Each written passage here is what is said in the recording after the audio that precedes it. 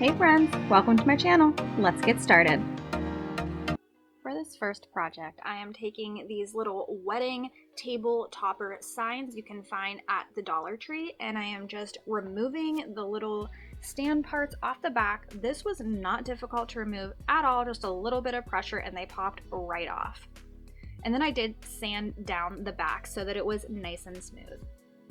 Next, I'm taking this wallpaper that my husband's old boss was just throwing away. She had 2 huge rolls of it, and of course he thought I could do something with it, so he brought it home for me.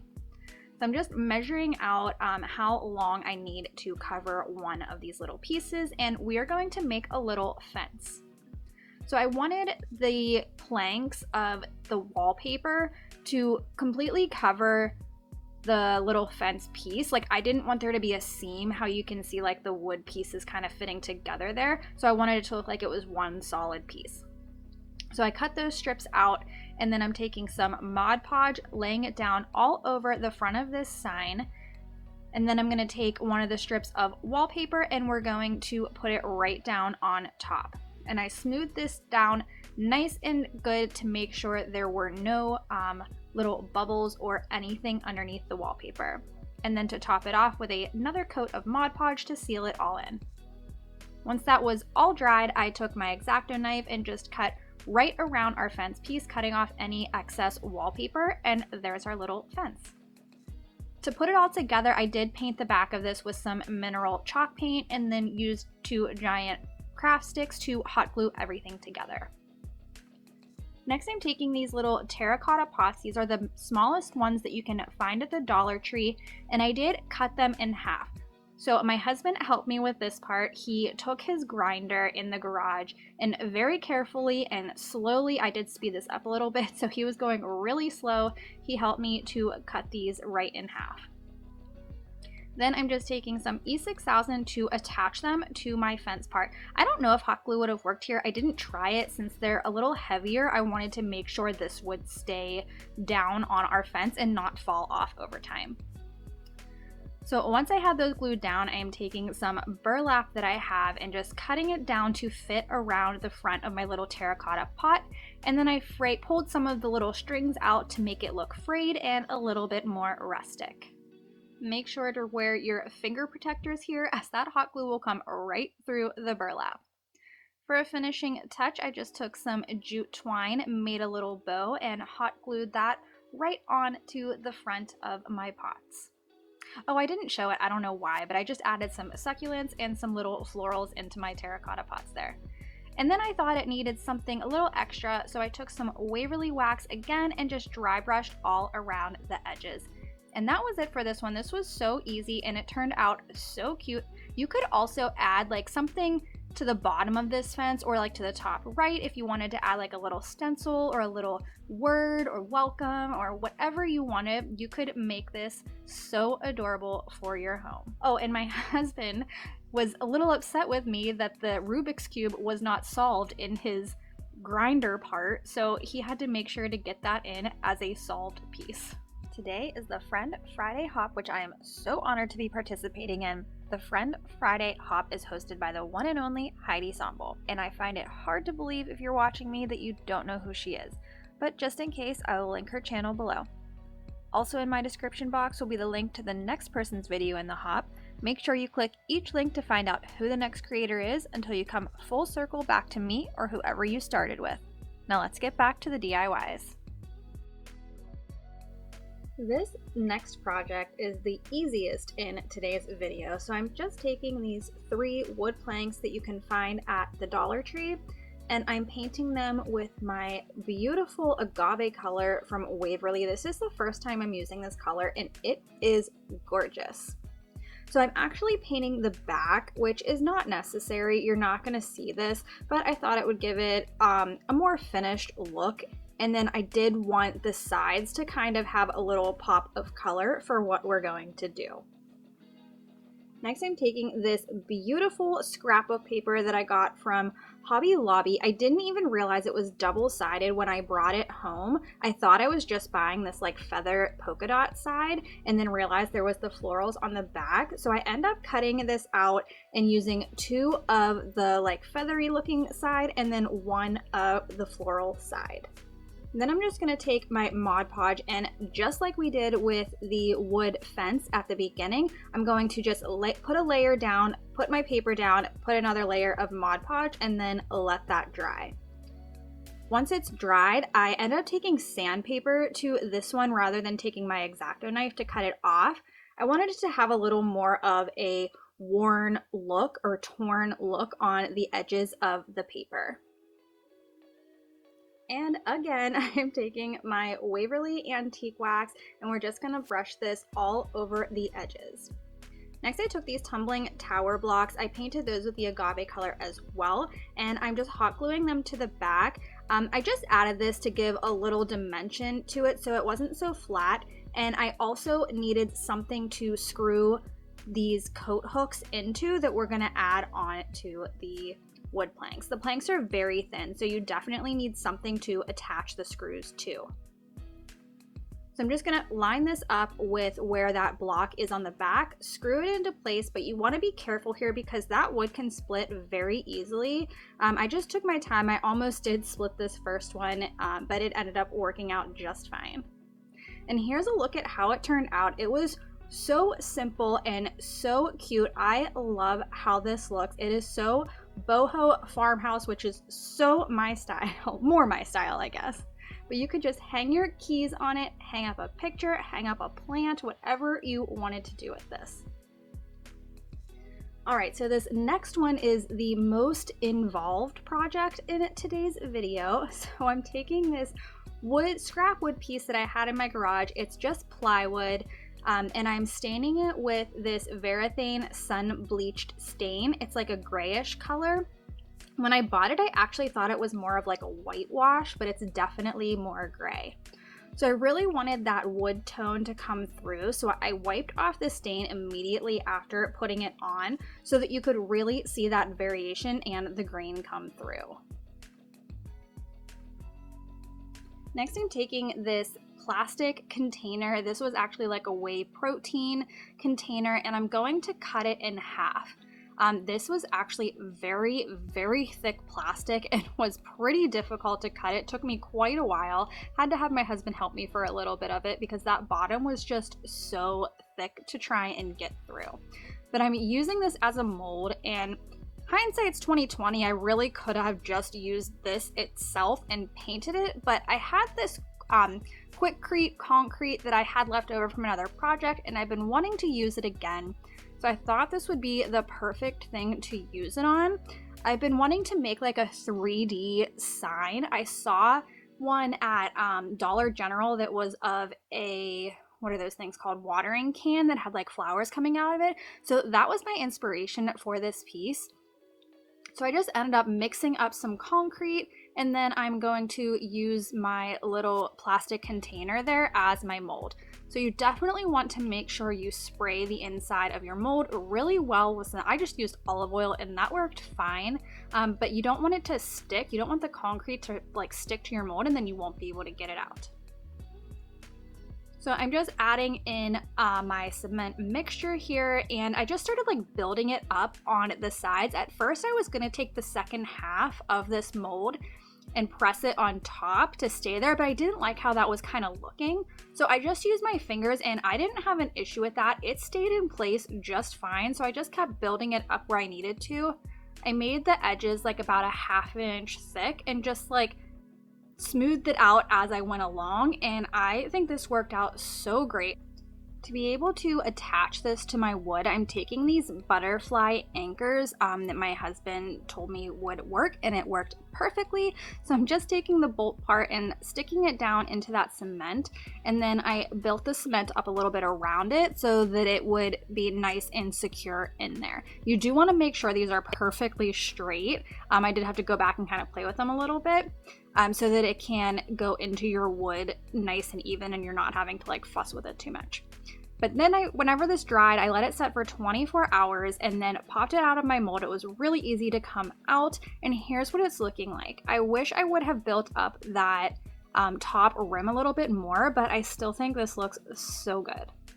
So next I'm just drilling the holes into my plywood where I need those bolts to go through to attach to my wood piece. So I did end up having to like play with this a little bit. It didn't work perfectly the first time, but after a few tries it went in, and then I just secured the butterfly bolt to the back. And I forgot to record that part, so I did just hold up a clip of it here. This is what it looks like on the back once that butterfly anchor is attached.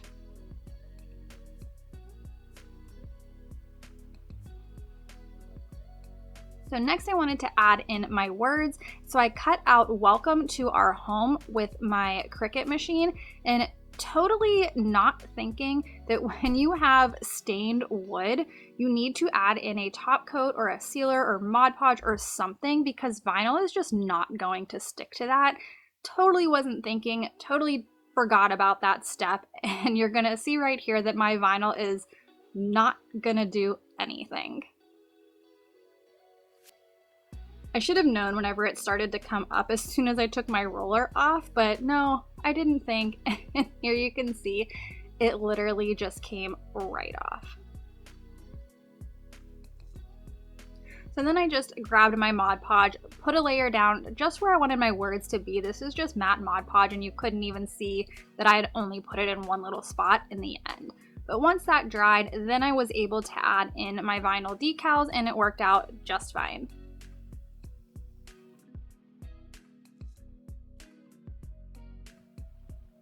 And yes, I know my T is missing there. He did not want to stick to my transfer tape, so I just put him on separately. Once I had all of my vinyl on, I just took various paint colors because I thought the cement was looking a little too light. I wanted it to look a little more aged and more rustic. I really don't think I achieved the look I was going for, and I don't know if it was because of the texture of it was this cement. I've never really tried to make cement look aged before, but I played around with like some dark and light shades of gray. I had my antique wax. I ended up putting some black in there. I was trying to blend it all together, trying to like make the cracks stand out more and make them have more depth. Long story short, it was not working, and I hated the way it looked. So I just went over the entire thing with my mineral chalk paint, which is like a light grayish color. And I think because of everything underneath of it, it ended up working out just great. Like, look how terrible that looks right there. It looks so bad. But to create a border around this, I just took some garden stakes that you can find them a lot of places this time of year. I got them from the Dollar General, and I just stained those with my antique Waverly wax and glued them down to my board. Next, I'm taking this flexible stencil that I got from the Dollar Tree, and I just taped off the areas I didn't want to stencil down, and I'm just going to take my antique Waverly wax and use my stencil. I created a row of this little flower and polka dot across the top and across the bottom of my little mason jar here. So to save time and to not make this video too crazy long, the next step I did was just add in some florals and a jute bow, and that was it for this one. I think this turned out so great. It's not my favorite. It didn't turn out exactly how I had envisioned, but the idea was there, so I definitely want to try this one again. Let me know what you guys think of this one in the comments.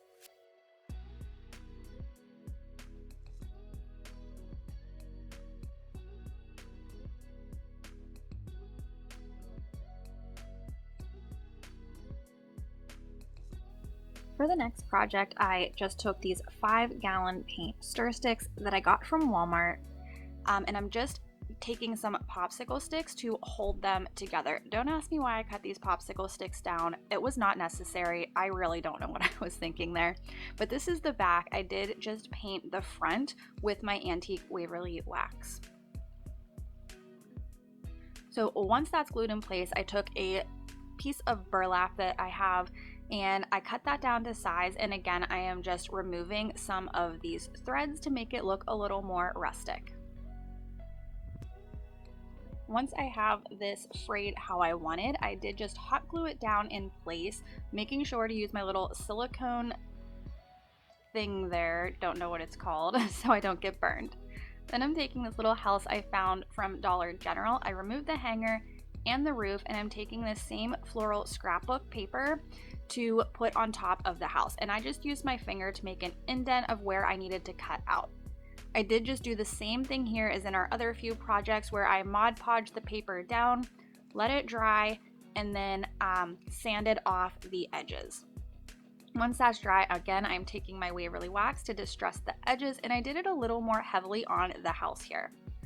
I also wanted to distress that little metal tin roof. It was a little too shiny for me, so I took my antique Waverly wax along with some cinnamon to give it a rusted look, and I love the way this little house has turned out. Next, I'm taking one of these sunflowers that you can find at the Dollar Tree, removed the stem hanger part, and I did give this 3 coats of white paint. I didn't think you needed to see that part. And then once that dried, I'm taking some dark gray paint and just giving the flower a little dimension. And I wasn't too concerned about being overly perfect here, because I do go back over it with some white chalk paint just to make it look a little bit more worn.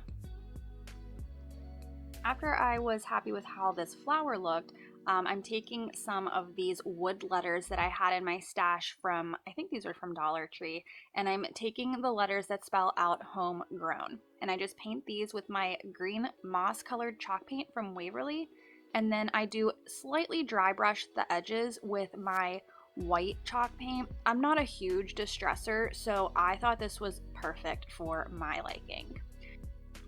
So I thought I was done with this flower, but I thought it needed a little bit more dimension and detail. So I took my Waverly wax once again, and I am just distressing the very edges of all of the flower petals. I did slightly go over the centers of the petals as well, and I think this was the perfect touch that it needed.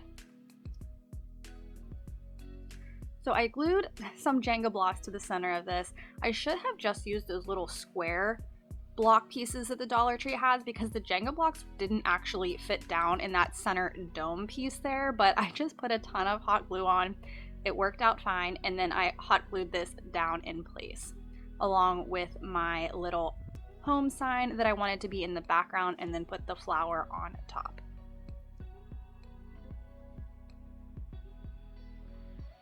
And the finishing detail I added here was some little gold thumbtacks that I wanted to make a little more rustic as well. So I took my antique Waverly wax and the cinnamon for that. And that's it for this project. I think this is so cute and something that you would find at like a little boutique shop, and it is absolutely my favorite from today.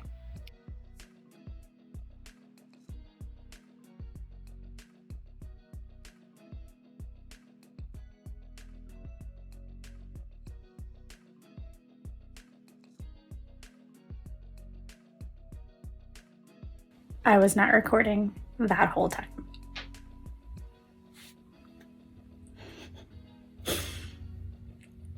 So let me show you what I was trying to do. One of these buckets, three of these buckets from the Dollar Tree. Glued them together with some E6000. And 2 of them are like down like this. I'm sure you guys can understand the picture. And then 1 of them is right side up. So that's where we are. And we're gonna let this dry. Once everything dried, I'm just taking some Dollar Tree caulk and filling in the cracks where my planters meet. I don't know why I kept calling them buckets, but they are planters. This step is certainly not necessary. I like to make my projects look a little more high-end and not like I just glued some buckets together, or planters, whatever they are. So I wanted to make sure to fill those in and have a nice seamless look. I do keep my finger wet so that it also keeps the caulk nice and smooth and nothing like clumps up on you. Next, I'm taking some Rust-Oleum white chalk paint and I'm dry brushing all over the barrels. I do end up changing this because it ended up being a little bit too white, but you'll see that here in a little bit. And I don't worry about going over the black because I am going to touch that part up as well. So here you can see I'm just taking some black chalk paint and I'm making sure to get right over top of where the caulk was to cover that, as well as the bottom bases, like the top and the bottom of what those baskets, planters originally were. I don't know why I keep calling them buckets, man. But anyways, here I'm just showing you a Dollar Tree charger. If you wanted to keep this a strictly Dollar Tree project, you could make this little table for under $5. There's a little snapshot of what it was looking like, but I ended up picking up this wood round from Lowe's. It was about $9 with tax, and I'm going to paint it with my Waverly Antique Wax. I didn't think it was quite dark enough for how dark the table was, or the base of the table was, so I went back in with some truffle and dry brush, but this still wasn't really giving me the effect that I wanted. So I do end up just going back with my antique wax and just building up that color until I got it dark enough to where I was happy with it. And then I didn't think the base quite matched, so then I took the Waverly wax and went over the base as well. And I don't think I showed that part because I wasn't sure if I was going to do it or not. But next I'm just taking my black chalk paint again and I'm painting the whole rim of the wood round in black so that it all ties together with the base of the little table that we're making. And the last step here is just to take some more E6000. I did draw a circle around where I wanted this to be placed in the center, and then I'm going to place my base on top, and that is it. I let this dry, and this was a really easy project, and it's going to go, pause for the pity, it's going to go perfect on my deck once we get our furniture out for the summer. Fun fact, my son made me a terrarium at school a few years ago for Mother's Day. Unfortunately, I recently killed it and I felt so bad. So this past weekend, we made a new terrarium together, and let's keep our fingers crossed I can keep this one alive. So that's it for this video, guys. Let me know which of these was your favorite in the comments, and do you think I hit that farmhouse theme that just isn't exactly my style but added my own boho twist to it? I'll see you in the next one.